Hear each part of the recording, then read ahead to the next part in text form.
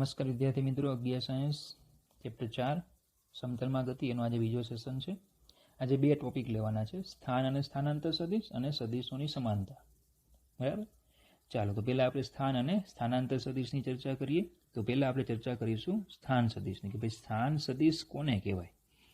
તો સમજો કે ધારો કે હું આ રીતે એક પદાર્થ છે એ ગતિ કરે છે, બરાબર. તો XY સમતલ આપણે ધ્યાનમાં લઈએ. ધારો કે આ છે એક્સ અક્ષ ને આ છે વાય અક્ષ, આ છે ઉગમ બિંદુ. કોઈ પદાર્થ છે એ ગતિ કરે છે તો આ છે એનો ગતિમાર્ગ, બરાબર. પદાર્થ છે આ દિશામાં ગતિ કરે છે આ રીતે. ચલો આ બરાબર, થોડો ગતિમાર્ગ આપણે બરાબર થોડોક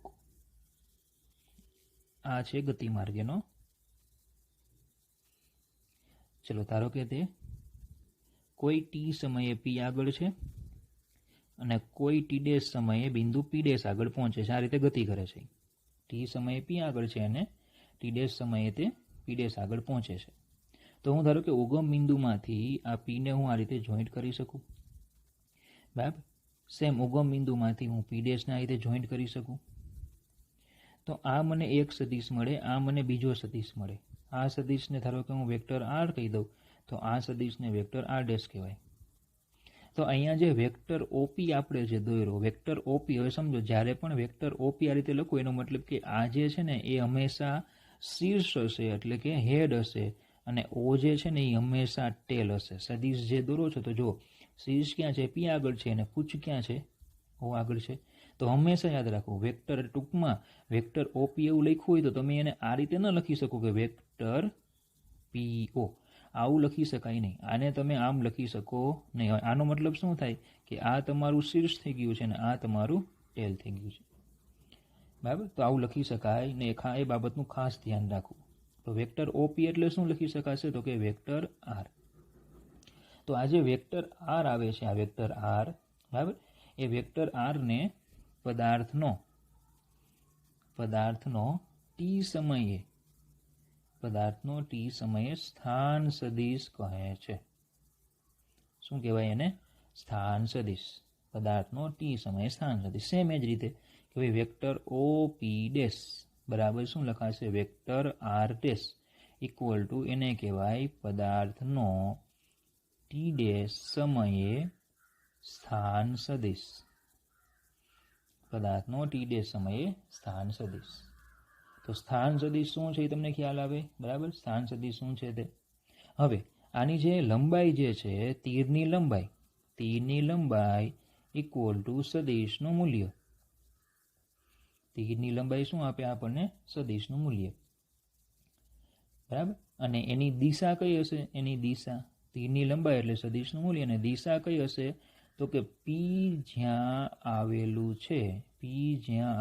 છે તે દિશામાં, બરાબર. પી જ્યાં આવેલું એટલે કે પી ડેશ માટે પી ડેશ જ્યાં આવેલું હોય તે દિશામાં હોય, ને પી માટે પી આવેલું હોય તે દિશામાં હોય છે. તો સ્થાન સદિશ શું છે તમને ખબર પડે, બરાબર.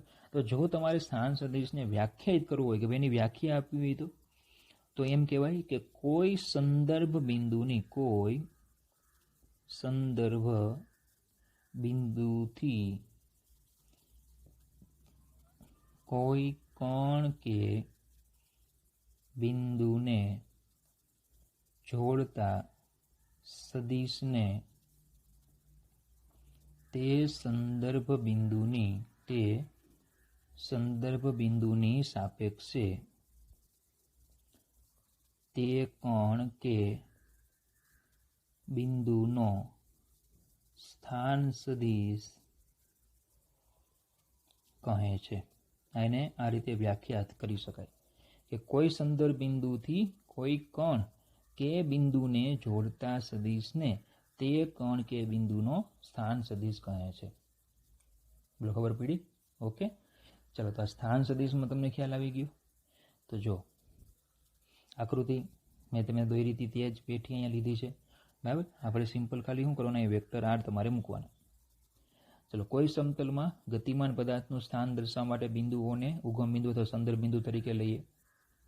ધારો કે કોઈ ટી અને ટી ડેશ સમયે વસ્તુના સ્થાનો ક્રમે પી અને પી ડેશ એટલે કે કણના સ્થાન અથવા તો વસ્તુના સ્થાન જે આકૃતિમાં બતાવ્યા છે. બિંદુ પી ને ઓ થી જોડતી રેખા દોરીએ તો રેખા ઓપી એટલે પદાર્થનો ટી સમય સ્થાન સદિશ દર્શાવે છે. ઓ થી તમે પીને જોઈન્ટ કરો તો એને કહેવાય પદાર્થનો ટી સમયનો સ્થાન સદિશ. આ રેખાના છેડા પર એક તીરનું નિશાન કરવામાં આવે છે, એટલે કે અહીંયા આ તીરનું નિશાન કરવામાં આવે છે. તેને કોઈ એક ચિહ્ન વેક્ટર આર થી ધારો કે દર્શાવીએ તો ઓપી બરાબર વેક્ટર આર.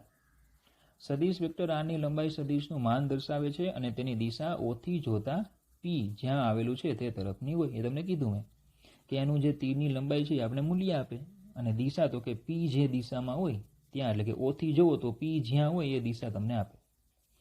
ચલો તે જ રીતે પી ડેશ ને બીજા સ્થાન સદિશ ઓપી ડેશ બરાબર આર ડેશ આપણે દર્શાવીએ તો ચલો વ્યાખ્યા શું કહે કે કોઈ સંદર્ભ બિંદુથી કોઈ કણ કે બિંદુને જોડતા સદિશને તે સંદર્ભ બિંદુની સાપેક્ષે તે કણ કે બિંદુનો સ્થાન સદિશ કહે છે. વ્યાખ્યા તમને યાદ આવી છે. કોઈ સંદર્ભ બિંદુની સાપેક્ષે કોઈ કણ કે બિંદુને જોડતા સદિશને તે સંદર્ભ બિંદુની સાપેક્ષે તે કણ કે બિંદુનો સ્થાન સદિશ કહેવાય. બરાબર. તો તમને ચેપ્ટર 3માં મેં આવું યાદ રાખવાનું કીધું હતું કે કણનું સ્થાન બરાબર કણના યામ. આ ચેપ્ટર 3 માટે હતું.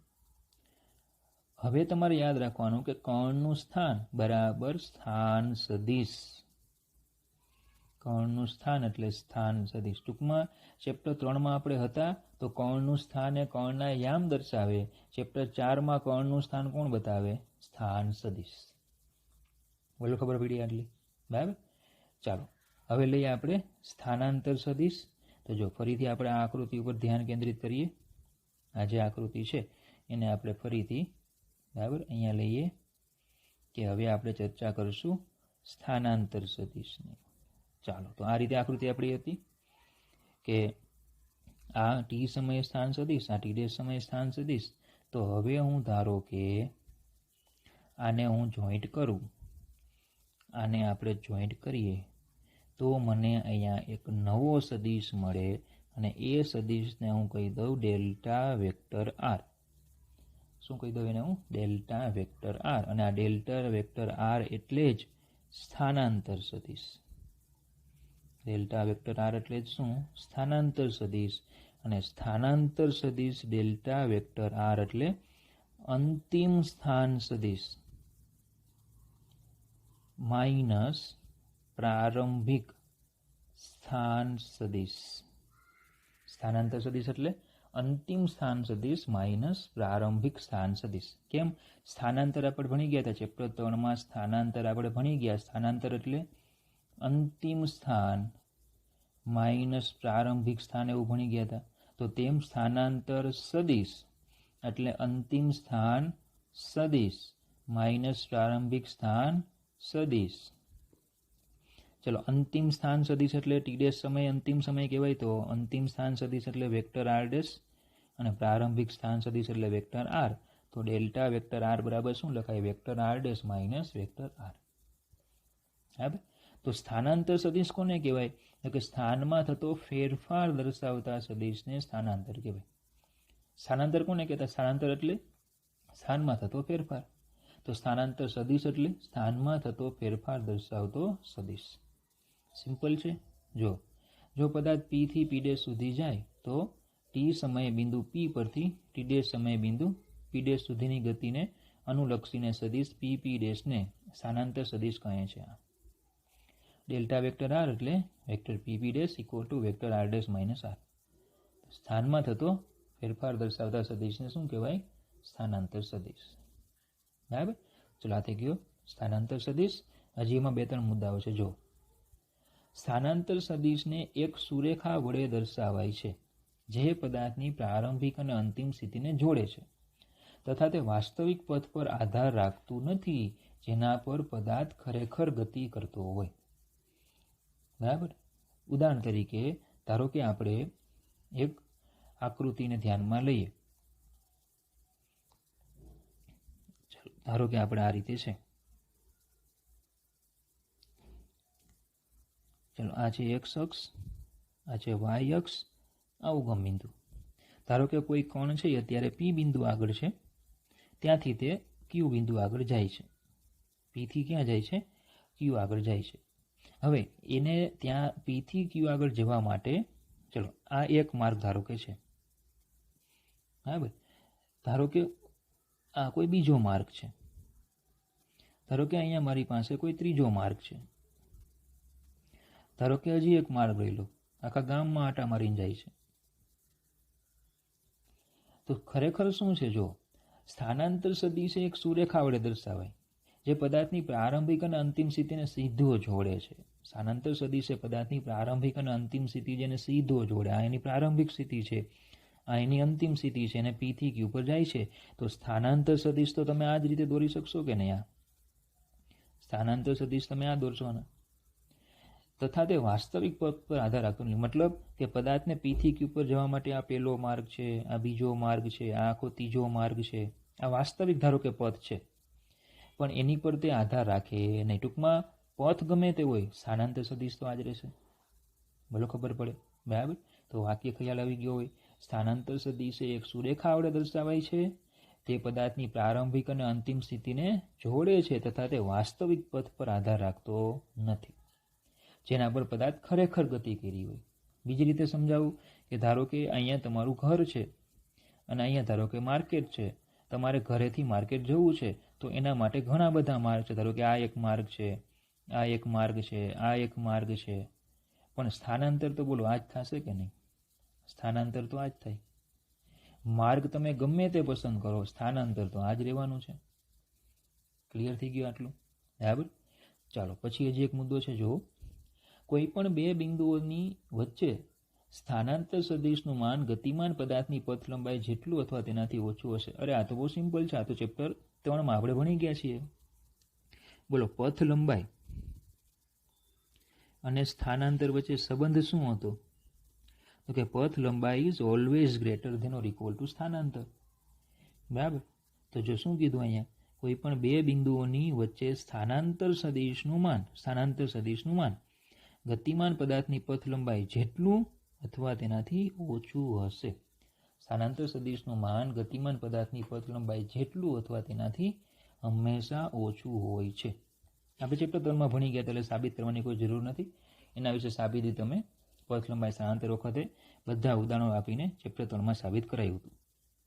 ઓકે, ચાલો. તો આ થઈ ગયું સ્થાન સદિશ અને સ્થાનાંતર સદિશ. બરાબર. ચાલો નેક્સ્ટ ટોપિક લઈએ, સદિશોની સમાનતા. હવે આ સદિશોની સમાનતા શું છે? તો જો સમજો કે ધારો કે મારી પાસે બે સદિશો છે.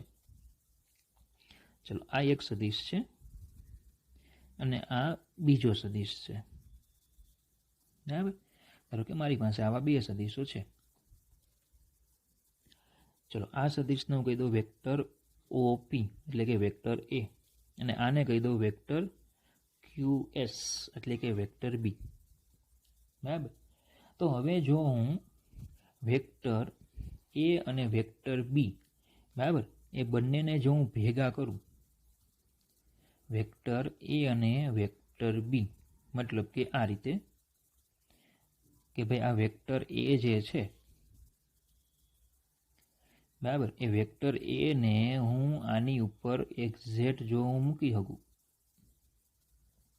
આ રીતે મૂકી દીધો, તો પછી આ બંને સદિશો માટે ટૂંકમાં એમ કહેવાય કે આમના મૂલ્ય સમાન છે અને દિશા પણ સમાન છે. એટલે આ બંને સદિશો સમાન સદિશો છે. ખબર પડે શું કરવાનું તે? વેક્ટર એ અને વેક્ટર બી તમને આ રીતે બે સદિશો આપ્યા છે, તો વેક્ટર એ ને તમે વેક્ટર બી ની ઉપર કે વેક્ટર બી ને તમે વેક્ટર એ ની ઉપર પરફેક્ટલી સંપાત કરી શકો. પરફેક્ટલી મતલબ કે તમે વેક્ટર બી છે એ વેક્ટર બીને વેક્ટર એના પૂંછમાંથી તમે દોરો. વેક્ટર બીને વેક્ટર એના પૂંછમાંથી શું કરવાનો? દોરવાનો. અને જો બંનેના શીર્ષ સમાન થાય, મતલબ કે આ રીતે જો વેક્ટર બી છે કે નહીં, એ વેક્ટર બીને વેક્ટર એના પૂંછમાંથી દોરવાનો. અને જો બંનેના શીર્ષ પણ સમાન થઈ જાય, મતલબ કે O અને Q, P અને S જો એક્ઝેક્ટલી આ રીતે આવે તો બંને સદિશો સમાન છે તેમ કહેવાય. સમજો, બીજી રીતે સમજાવું. જો ધારો કે મારી પાસે અહીંયા આવ્યો એક સદિશ છે, બરાબર, અને એક સદિશ ધારો કે આ રીતે છે. ચલો આને હું કહી દઉં વેક્ટર એ અને આને હું કહી દઉં વેક્ટર બી. મારી પાસે આ રીતે સદીશો છે, વેક્ટર એ અને વેક્ટર બી. બરાબર. ચલો હવે આ બંને સમાન છે કે નહીં મારે ચેક કરવું છે. બંને જે સદીશો આ દોર્યા એ બંને સદીશો સમાન છે કે નહીં એ મારે ચેક કરવું છે. તો શું કરવું પડે હમણાં કીધું કે વેક્ટર બી જે છે એનું જે પૂછ છે એને એના પૂછ પર મૂકી દો. વેક્ટર બીના પૂછને એના પૂછ પર મૂકી દો અને જો બંનેના શીર્ષ પણ સમાન થાય તો સમાન કહેવાય, પણ આમાં થતા નથી એટલે આ બંને સદીશો સમાન નથી. તો સદીશોની સમાનતા આ રીતે ચેક થાય. બરાબર. સદીશોની સમાનતા આ રીતે ચેક કરવામાં આવે કે બે સદીશો છે, ચલો બીજા સદીશને પહેલા સદીશના પૂછ પરથી દોરો અને જો બંનેના શીર્ષ ભેગા થાય તો એ સમાન સદીશો છે તેમ કહેવાય, પણ જો ન થાય તો એ સદીશો સમાન કહેવાય નહીં. એટલે ખબર પડી. તો જો અહીંયા મેં બે સદીશો એ રીતે દોર્યા છે આપણે, એ બી અને A dash B dash, vector A vector B, vector A dash ને વેક્ટર બી ડેશ. જો શું કરવાનું છે, જો બે સદીશો વેક્ટર એ અને વેક્ટર બીના માન અને દિશા સમાન હોય તો તેવા સદીશોને સમાન સદીશો કહેવાય. તમને કીધું એ મૂલ્ય સમાન હોય, દિશા સમાન હોય તેમને શું કહેવાય? સમાન સદીશો. આકૃતિ એમાં બે સમાન સદીશો વેક્ટર એ અને બી દર્શાવ્યા છે, એ અને બી અહીંયા આપ્યા છે. તેની સમાનતાની ચકાસણી કરવા હવે શું કરવાનું? તો જો બીને તેને પોતાને સમાંતર એવી રીતે ખસેડો કે જેથી તેની પૂછ ક્યુ સદીશ વેક્ટર એની પૂછ ઓ પર સંપાત થાય. તમને કીધું કે આ બી છે એને અહીંયાથી ઉચકીને અહીંયા મૂકો કે જેથી બીની પૂછ એ ઓની પૂછ પર, બીની પૂછ એ એની પૂછ ઉપર સંપાત થાય. હવે તેમના શીર્ષ એસ અને પી પણ સંપાત થાય. જો શીર્ષ પણ સંપાત થાય આ રીતે, ઓ અને ક્યુ સંપાત થાય, જો પી અને એસ પણ સંપાત થાય તો બંને સદીશો સમાન સદીશ કહેવાય. સમાનતા માટે એ બરાબર બી વડે એને દર્શાવાય. આ બંને સદીશો સમાન હોય તો તમે એને વેક્ટર એ બરાબર વેક્ટર બી એવું લખી શકો. બરાબર. અને આવું જ્યારે પણ લખ્યું હોય એનો મતલબ થાય મૂલ્ય સમાન અને દિશા સમાન. બરાબર. બોલો, ખ્યાલ આવી ગયો? ચલો આકૃતિ બી હવે જુઓ. આકૃતિ બીમાં સદીશ એ ડેશ અને બી ડેશના માન સમાન હોવા છતાં તે સમાન સદીશો નથી. ચલો તીરની લંબાઈ ભલે સરખી હોય, કારણ કે સદીશની લંબાઈ એટલે સદીશનું મૂલ્ય એટલે તીરની લંબાઈ. જેમ કે તીરની લંબાઈ ભલે સરખી છે પરંતુ તેમની દિશા સમાન નથી એટલે તેઓ સમાન સદીશો નથી. કારણ કે તમે આને આની ઉપર સંપાત કરશો તો આની જેવું થઈ જશે. કેમ બંને સંપાત કર્યા આપણે? બંનેના પૂછ ભેગા થાય પણ શીર્ષ ભેગા થતા નથી. પૂછ ભેગા થાય પણ શીર્ષ ભેગા થાય નહીં. જો તમને કીધું છે કે બી ડેશને તેને પોતાને સમાંતર એવી રીતે ખસેડો કે જેથી તેની પૂછ ક્યુ ડેશ સદીશ એ ડેશની પૂછ ઓ ડેશ પર સંપાત થાય. આ બી ડેશ છે, તમે એને એવી રીતે ખસેડો એટલે બેઠો આ રીતે ખસેડવાનું કે જેથી એની જે પૂછ ક્યુ ડેશ છે એ ઓ ડેશ પર સંપાત થાય. પરંતુ સદીશ બી ડેશનું શીર્ષ એસ ડેશ એ ડેશનું શીર્ષ પી ડેશ પર સંપાત થતું નથી. બરાબર. બંનેના પૂછ સંપાત થશે પણ શીર્ષ સંપાત થતા નથી. બરાબર. સીધી વાત છે કે આપણે ખ્યાલ આવે છે કે ભાઈ આ જે સદીશ છે અહીંયા, બરાબર, આને જો હું અહીંયાથી ઉચકું અને એને અહીંયા સંપાત કરવાનો પ્રયત્ન કરું તો જો સંપાત થાય નહીં. તો આ બંને સદીશો બરાબર સમાન સદીશો નથી.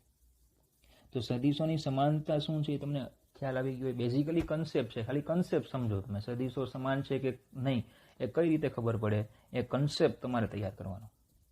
બરાબર. ચલો ક્લિયર થયું આટલું? ચલો તો આ બે ટોપિક આપણે ભણવાના હતા. અને હવે એક યાદ રાખવાનો પોઈન્ટ, સદીશોના પ્રકાર યાદ રાખવામાં છે. સદીશોના પ્રકાર કે સદીશો કેટલા પ્રકારના હોય છે. તો જો પહેલા તો આપણે સ્થાન સદીશ ભણી ગયા કે કોઈ સંદર્ભ બિંદુથી કોઈ કણ કે બિંદુને જોડતા સદીશને તે સંદર્ભ બિંદુની સાપેક્ષે તે કણ કે બિંદુનો સ્થાન સદીશ કહેવાય. એ સ્થાન સદીશ થઈ ગયો. બીજો સ્થાનાંતર સદીશ ભણી ગયા. સ્થાનમાં થતો ફેરફાર દર્શાવતા સદીશને સ્થાનાંતર સદીશ કહેવાય. ત્રીજો સદીશ છે સમાન સદીશો. સમાન સદીશો કોને કહેવાય? તો કે જો બે સદીશોના મૂલ્યો અને દિશા સમાન હોય તો તેવા સદીશોને સમાન સદીશો કહેવાય. જો બે સદીશોના મૂલ્ય અને દિશા સમાન હોય તો તેવા સદીશોને શું કહેવાય? સમાન સદીશો કહેવાય. ધારો કે આ વેક્ટર એ અને આ વેક્ટર બી. તમને હમણાં એ પણ કીધું કે આ ચેક કઈ રીતે કરાય કે સમાન છે કે નહીં, તો આને તમારે એક્ઝેક્ટલી ઉપર અહીંયા મૂકવાનો. જો બંનેના શીર્ષ અને પૂછ સંપાત થાય તો એ સમાન સદીશો છે. બરાબર. સમાન સદીશોને દર્શાવવા હોય તો વેક્ટર એ બરાબર વેક્ટર બી વડે દર્શાવાય. જ્યારે પણ વેક્ટર એ બરાબર વેક્ટર બી એવું લખેલું હોય, બરાબર, એટલે તમારે આટલી બાબતો સમજવાની. જ્યારે પણ વેક્ટર એ બરાબર વેક્ટર બી લખાઈને આવે એટલે 3 બાબતોનો તમને ખ્યાલ આવવો જોઈએ. મૂલ્ય સમાન, દિશા સમાન અને ભૌતિક રાશિ સમાન. જ્યારે પણ વેક્ટર એ બરાબર વેક્ટર બી લખાઈને આવે એટલે હંમેશા આ 3 બાબતો ખ્યાલ રાખવાની. મૂલ્ય સમાન, દિશા સમાન અને ભૌતિક રાશિ સમાન. આ તમને કાયમ માટે યાદ રહેવું જોઈએ. ચલો, મૂલ્ય સમાન, દિશા સમાન તો છે જ. તમને કહે સર ભૌતિક રાશિ કેમ સમાન? તો સીધી વાત છે કે ભાઈ બળનો સદીશ હોય તો બળ બરાબર બળ જ હોય ને. બરાબર ક્યારે લાગી શકે? બંને ભૌતિક રાશિઓ સમાન હોય તો. એટલે જો એક બળનો સદીશ હોય તો બીજો બળનો સદીશ જ હોય. બરાબર. હવે સમજો કે સમાન સદીશો છે, એમની વચ્ચે મારે ખૂણો જાણવો છે. ખૂણો જાણવા માટે હંમેશા યાદ રાખવાનું, સદીશો વચ્ચેનો ખૂણો જાણવો હોય તો બંને સદીશોને એક જ બિંદુમાંથી દોરવા. બંને સદીશોને એક જ બિંદુમાંથી દોરવા. ખૂણો જાણવા માટે બંને સદીશોને એક જ બિંદુમાંથી દોરવાના. મતલબ કે ધારો કે આપણો આ સદીશ એ છે, બરાબર. આ ધારો કે આપણો સદીશ, ધારો કે સદીશ આપણો આ બી છે. ચલો, સેમ એ જ રીતે આપણો બીજો સદીશ છે એ. ચલો, આપણે આ એ અને બી અહીંયા લઈ લઈએ. ચલો, આ આપણા બે સદીશો હતા. એક સદીશ બી હતો, એક સદીશ એ છે. હવે બંને સદીશોને એક જ બિંદુમાંથી દોરવાના, એટલે કે બંનેને અહીંયાથી દોરવાના. બંનેના જે પૂછ છે એ સેમ થવા જોઈએ. એટલે આ રીતે દોરાય. બરાબર. આ સદીશ એ થઈ ગયો, આ સદીશ બી થઈ ગયો. તો આ બંને એક જ દિશામાં થયા. જો એક જ દિશામાં હોય, હવે સમજો આ રીતે જો હોત તો આ ખૂણો થીટા હોત. પણ જો બંને આમ જ હોય તો, બંને આમ જ હોય તો આ ખૂણો કેટલો થઈ ગયો જોવો તો. બંને જો આ જ દિશામાં એક જ દિશામાં હોય, હવે એક જ દિશામાં હોય તો થીટા કેવો કહેવાય? 0 કહેવાય. બોલો, ખબર પડે? તો ટૂંકમાં સમાન સદીશોમાં ખૂણો કેટલો હોય? 0. સમાન સદીશો હોય તો એમાં ખૂણો એમની વચ્ચે કેટલો હોય છે? 0 હોય. હંમેશા યાદ રાખવાનું. બરાબર. તો ચલો, સમાન સદીશોમાં ખ્યાલ આવી ગયો. બીજું છે સમાંતર સદીશ. સમાંતર કોને કહેવાય? એક જ દિશામાંના સદીશોને સમાંતર સદીશ કહેવાય. ચલો, બંનેની દિશા એક જ હોવી જોઈએ. મતલબ કે ધારો કે આ વેક્ટર એ છે અને આ વેક્ટર બી છે. દિશા સમાન, એવું કીધું તમને. દિશા સમાન હોવી જોઈએ. આ વેક્ટર એ અને આ વેક્ટર બી, દિશા સમાન હોવી જોઈએ. મૂલ્ય ગમે તે હોય, કોઈ લેવા દેવા નહીં, પણ શું સમાન હોવું જોઈએ? દિશા સમાન હોય તો એમને સમાંતર સદીશ કહેવાય. જો એમને દર્શાવવા હોય તો vector A is parallel to vector B, આ એની સંજ્ઞા છે. Vector A is parallel to vector B. જ્યારે પણ vector A parallel vector B આવે એનો મતલબ એવો થાય કે દિશા સમાન. દિશા કેવી? સમાન. પણ મૂલ્ય, બરાબર, મૂલ્ય કે પછી ભૌતિક રાશિ, મૂલ્ય કે ભૌતિક રાશિ, ભૌતિક રાશિ સમાન હોય એવું જરૂરી નથી, અલગ હોઈ શકે છે. મૂલ્ય અને ભૌતિક રાશિ અલગ હોઈ શકે છે. દાખલા તરીકે તમને એમ કીધેલું કે ભાઈ સાયકલ વાળો ધારો કે આ દિશામાં ગતિ કરતો હોય તો એનું સ્થાનાંતર એ જ દિશામાં હોય, એનો વેગ પણ એ જ દિશામાં હોય, અને આ જ દિશામાં તમે બળ લગાડો તો બળ પણ એ જ દિશામાં હોય અને પ્રવેગ પણ એ જ દિશામાં હોય. તો એનો મતલબ કે આ vector D parallel to vector V, parallel to vector F, parallel to vector A. આ શું થઈ ગયું? સમાન સદીશો. તો સમાન સદીશ, સમાંતર સદીશો, સોરી માફ કરજો, સમાંતર સદીશો. સમાંતર સદીશોમાં હું એક પોઈન્ટ મહત્વનો, દિશા સમાન, આ એક જ પોઈન્ટ મહત્વનો. મૂલ્ય કે ભૌતિક રાશિ ગમે તે હોઈ શકે. ક્લિયર આટલું? ચાલો, હવે સમાંતર સદીશો વચ્ચે ખૂણો જોતો હોય તો બોલો, તમને ખ્યાલ આવે? આ બંને વચ્ચે ખૂણો, તો બંનેને એક જ બિંદુમાંથી જોડો તો બોલો, બંને એક જ દિશામાંથી જશે કે નહીં? તો થીટા કેવો? 0. સમાંતર સદીશો વચ્ચે પણ ખૂણો કેવો હોય? 0 હોય.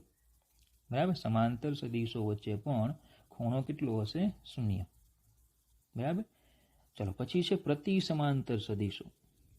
ઓકે, તો પરસ્પર વિરુદ્ધ દિશામાંના સદીશો હોય એને પ્રતિ સમાંતર સદીશ કહેવાય. દાખલા તરીકે ધારો કે મેં આ એક સદીશ દોર્યો અને આ એક બીજો સદીશ દોર્યો, તો પરસ્પર વિરુદ્ધ દિશા એટલે કે આ વેક્ટર એ અને આ વેક્ટર બી, દિશા કેવી? પરસ્પર વિરુદ્ધ, એમને શું કહેવાય? પ્રતિ સમાંતર સદીશો. પરસ્પર વિરુદ્ધ દિશામાંના સદીશોને પ્રતિ સમાંતર સદીશો કહેવાય. હવે એને દર્શાવવા કઈ રીતે? તો સમાંતર હતા તો આપણે બોલો આમ દર્શાવ્યા, તો પ્રતિ સમાંતર છે તો આમ? ના, આવું બિલકુલ નથી. આનો અર્થ થાય સમાંતર નથી, એવો નથી થતો પ્રતિ સમાંતર છે. આનો અર્થ શું થાય? સમાંતર નથી, તો પછી એ સદીશો આમ પણ હોઈ શકે. તો પછી આને દર્શાવવા કઈ રીતે? તો જો એક કામ કરો, આ વેક્ટર બી છે ને, એ વેક્ટર બી જેટલા જ મૂલ્યોનો અને એને વિરુદ્ધ દિશામાંનો હું સદીશ દોરું તો આમ દોરાય. વેક્ટર બી જેટલા જ મૂલ્યોનો અને દિશા વિરુદ્ધ એ સદીશ આમ દોરાય. તો આને છે ને માઇનસ વેક્ટર બી કહેવાય. મૂલ્ય સમાન, દિશા વિરુદ્ધ. તો પછી આ બી હોય તો આને શું કહેવાય? માઇનસ બી. કેમ? પૂર્વ, તો એનો વિરોધી કોણ? તો કે પશ્ચિમ. તો પશ્ચિમ એટલે શું કહી શકીએ આપણે? માઇનસ પૂર્વ. એટલે ટૂંકમાં આપણે આવું કહી શકો કે પૂર્વ દિશા બરાબર ઇક્વલ ટુ માઇનસ પશ્ચિમ. 5 ઇક્વલ ટુ, માફ કરજો, પૂર્વ દિશા એનો વિરોધી એટલે માઇનસ પશ્ચિમ કહું તો પૂર્વ જ થાય કે નહીં? બરાબર, આ ઉત્તર છે, આ દક્ષિણ છે, આ પૂર્વ છે, આ પશ્ચિમ છે. તો પૂર્વ એટલે આ દિશા કહીએ તો પશ્ચિમની વિરોધી એટલે પૂર્વ જ થઈ કે નહીં? પશ્ચિમની વિરોધી એટલે પૂર્વ, તો દિશા એકની એક થઈ. તો એનો મતલબ કે બી અને માઇનસ બી છે. હવે તમે એક કામ કરો, એને જુઓ અને માઇનસ બીને જુઓ. ફરીથી એને જુઓ અને માઇનસ બીને જુઓ. બોલો એક જ દિશામાં છે કે નહીં? કયા સદીશો બને છે? સમાંતર સદીશ છે. ફરીથી આ બંનેને જુઓ, કયા સદીશો છે? આ સમાંતર છે કે નહીં? જુઓ, આજ સમાંતર છે કે નહીં? સમાંતરને આમ દર્શાવાય કે નહીં? તો ચલો આને કઈ રીતે દર્શાવાશે? આવું કહેવાય આને કે vector A is parallel to minus vector B. આવું લખાય, vector A is parallel to minus vector B. બોલો ખબર પડે? બરાબર. તો એનો મતલબ એવો થાય કે જો vector A is parallel to આપણે માઇનસ વેક્ટર બી લખીએ, બરાબર, તો પછી એ અને બીનો વિરોધી, એ અને બીનો વિરોધી બંને કેવા છે? સમાંતર છે. તો પછી એ અને બી પ્રતિ સમાંતર છે. એ અને બીનો વિરોધી, અને શું કહેવાય? બીનો વિરોધી. એ અને બીનો વિરોધી સમાંતર છે. તો એ અને બી બંને કેવા છે? પ્રતિ સમાંતર. ચલો, તો પ્રતિ સમાંતરને આપણે હંમેશા આ રીતે દર્શાવશું. આનો અર્થ શું થાય? દિશા વિરુદ્ધ. શું અર્થ થાય એનો? દિશા વિરુદ્ધ. પણ પહેલાની જેમ જ કે મૂલ્ય અને ભૌતિક રાશિ, મૂલ્ય અને ભૌતિક રાશિ અલગ હોઈ શકે છે. મૂલ્ય અને ભૌતિક રાશિ અલગ હોઈ શકે છે. દાખલા તરીકે હમણાં પહેલામાં ઉદાહરણ આપ્યું એમ કે કોઈ સાયકલવાળો આ દિશામાં ગતિ કરતો હોય તો એનું સ્થાનાંતર આ દિશામાં હોય, એનો વેગ પણ આ દિશામાં હોય, પણ તમે બળ આ દિશામાં લગાડો, બરાબર, બળ એ દિશામાં લગાડો તો જે દિશામાં બળ હશે બોલો એ જ દિશામાં પ્રવેગ હશે. તો પછી સ્થાનાંતર અને વેગ બંને સમાંતર કહેવાય, બળ અને પ્રવેગ બંને સમાંતર કહેવાય. પણ જો મારે વેગ અને બળ માટે લખવું હોય તો એને શું કહેવાય? પ્રતિ સમાંતર. પ્રવેગ અને બરાબર સ્થાનાંતર માટે લખવું હોય તો શું કહેવાય? પ્રતિ સમાંતર. ખબર પડે? કારણ કે ડી અને વી બંને આ દિશામાં છે, એફ અને એ બંને આ દિશામાં છે, તો આ બંને સમાંતર કહેવાય, આ બંને સમાંતર કહેવાય. પણ આ આખું જો આપણે લઈએ તો ડી એ સાથે પ્રતિ સમાંતર, વી એ સાથે પ્રતિ સમાંતર, ડી અને એફ પ્રતિ સમાંતર, વી અને એફ પ્રતિ સમાંતર, આ રીતે દર્શાવાય. તો પ્રતિ સમાંતર સદીશો શું છે એ ખબર પડે? પરસ્પર વિરુદ્ધ દિશામાંના સદીશો હોય એને શું કહેવાય? પ્રતિ સમાંતર સદીશો કહેવાય. પરસ્પર વિરુદ્ધ દિશામાંના સદીશોને પ્રતિ સમાંતર સદીશો કહે છે. ક્લિયર થઈ ગયું? ચાલો, પછી છે અસમાંતર. તો સમાંતર કે પ્રતિ સમાંતર ન હોય તેવા સદીશોને અસમાંતર કહેવાય. દાખલા તરીકે આ ધારો કે છે વેક્ટર એ અને આ છે ધારો કે વેક્ટર બી. તો આ બંને સદીશો સમાંતર પણ નથી, એટલે vector A is anti parallel to vector B, આનો અર્થ થાય સમાંતર નથી, સમાંતર નથી. અને વેક્ટર એ બરાબર is parallel not vector B, આનો મતલબ થાય પ્રતિ સમાંતર નથી, પ્રતિ સમાંતર નથી. તો કેવા છે? અસમાંતર છે, ગમે તે દિશામાં છે, સમાંતર નથી, પ્રતિ સમાંતર નથી, ગમે તે દિશામાં છે. બીજું કે અહીંયા એક પોઈન્ટ આપણે રહી ગયો, પ્રતિ સમાંતર સદિશો વચ્ચે ખૂણો કેટલો થાય? તો જો બંનેને એક જ બિંદુમાંથી આપણે દોરવાના, તો એ અને બી બંને જે આ સદિશો છે બરાબર, એ બંનેને આપણે એક જ બિંદુમાંથી દોરીએ. ઓકે, બંને જે સદિશો છે એને આપણે શું કરીએ તો કે એક જ બિંદુમાંથી આપણે દોરીશું. ધારો કે મેં આ રીતે અહીંયા લીધું છે, આ ચલો એ અને બી બે સદિશો છે, એક જ બિંદુમાંથી દોરો એટલે બોલો આ રીતે દોરે અહીંયા બરાબર. તો આ વેક્ટર બી થઈ જાય. તો એનો મતલબ કે આ ખૂણો કેટલો થયો જોવો તો 180 નો કહેવાય. તો થીટા ઇક્વલ ટુ કેટલો હોય? આ 180 હોય. પ્રતિ સમાંતર સદિશો વચ્ચે ખૂણો કેટલો હશે? 180 નો હશે. બંનેને એક જ બિંદુમાંથી તમે દોરો એટલે શું બને? 180 નો ખૂણો બને. ખબર પડે, કારણ કે એક આ દિશામાં જાય છે તો એક આ દિશામાં જાય બરાબર. ચાલો આમાં ખબર પડી ગઈ તમને. અસમાંતર સદિશ એટલે સમાંતર કે પ્રતિ સમાંતર ન હોય તેવા સદિશોને અસમાંતર સદિશો કહે છે. પછી છે વિરોધી સદિશો. સમાન મૂલ્યના અને વિરુદ્ધ દિશામાંના સદિશોને એકબીજાના વિરોધી સદિશ કહેવાય. ચલો મૂલ્ય સમાન પણ દિશા વિરુદ્ધ. ધારો કે એક સદિશ હું આ રીતે લઉં છું બરાબર, તો સેમ એવો જ બીજો સદિશ મારે લેવાનો વિરુદ્ધ દિશામાંનો, બીજો સદિશ મારે લેવાનો વિરુદ્ધ દિશામાંનો. એક સદિશ મેં આ લીધો તો બીજો સદિશ શું લેવાનો? વિરુદ્ધ દિશામાંનો. એમને શું કહેવાય? વિરોધી સદિશો કહેવાય. મૂલ્ય સમાન દિશા વિરુદ્ધ, એને શું કહેવાય? વિરોધી સદિશ કહેવાય. ક્લિયર? હવે આ વિરોધી સદિશ મારે દર્શાવવા કઈ રીતે? તો હમણાં તમને કીધું કે ભાઈ બી જે સદિશ આપણે દોર્યો અહીંયા, એનો માઇનસ બી મારે કરવો હોય તો બોલો આમ દોરી શકાય કે નહીં? આ માઇનસ વેક્ટર બી. તો હવે એ અને માઇનસ બી ને જો બંને જો કેવા થઈ ગયા? સમાન થઈ ગયા કે નહીં? સમાન. જો મૂલ્ય તો સમાન હતા, દિશા સમાન થઈ ગઈ. તો સમાન થઈ ગયા તો હું લખી શકું vector A equal to minus vector B. આવું લખાય. વેક્ટર એ ઇક્વલ ટુ શું લખાય? Minus vector B. તમે એ અને માઇનસ બી ને જો બરાબર, વિરોધી સદિશ હોય તો મૂલ્ય સમાન છે પણ દિશા વિરુદ્ધ હોય. દિશા વિરુદ્ધ હોય તો હું બીને મેં ઉલટાવી નાખ્યો તો એને માઇનસ બી આગળ માઇનસ મૂકી દેવાના. તો હવે એ અને બી બંને કેવા થાય? એ અને માઇનસ બી બંને કેવા થાય? સમાન થયા. સમાન. સમાંતર તો છે, જોજો સમાંતર તો છે, કારણ કે સમાંતરમાં જરૂરી છે દિશા સમાન હોવી, પણ સમાનમાં શું જરૂરી હોય? દિશા અને મૂલ્ય બંને બરાબર. તો આ બંનેના મૂલ્યો સમાન ને દિશા સમાન થઈ ગઈ એટલે એને સમાન સદિશો કહેવાય. એટલે આ રીતે લખી શકાય બરાબર. જ્યારે પણ આવું લખ્યું હોય એનો મતલબ એમ કહેવાય કે મૂલ્ય સમાન. બીજું તમે કહી શકો દિશા વિરુદ્ધ, માઇનસ હોય તો દિશા વિરુદ્ધ. અને ત્રીજું કહી શકો ભૌતિક રાશિ સમાન. ભૌતિક રાશિ પણ કેવી હોય આમાં? સમાન. કારણ કે તમને કીધું ઇક્વલ ક્યારે લખાય? તો કે બંને બળ હોય તો જ ઇક્વલ લખી શકાય, નકર ઇક્વલ લખાય નહીં. બીજું, બંને વિરુદ્ધ દિશામાં છે કે નહીં? વિરુદ્ધ દિશામાં હોય તો એમની વચ્ચેનો ખૂણો કેટલો હશે? 180 નો હોય. હમણાં આગળ પ્રતિ સમાંતરમાં કીધું તેમજ. તો વિરોધી સદિશો પ્રતિ સમાંતર સદિશો છે જ. કેમ? તો કે દિશા વિરુદ્ધ છે. બોલો ખબર પડે બરાબર.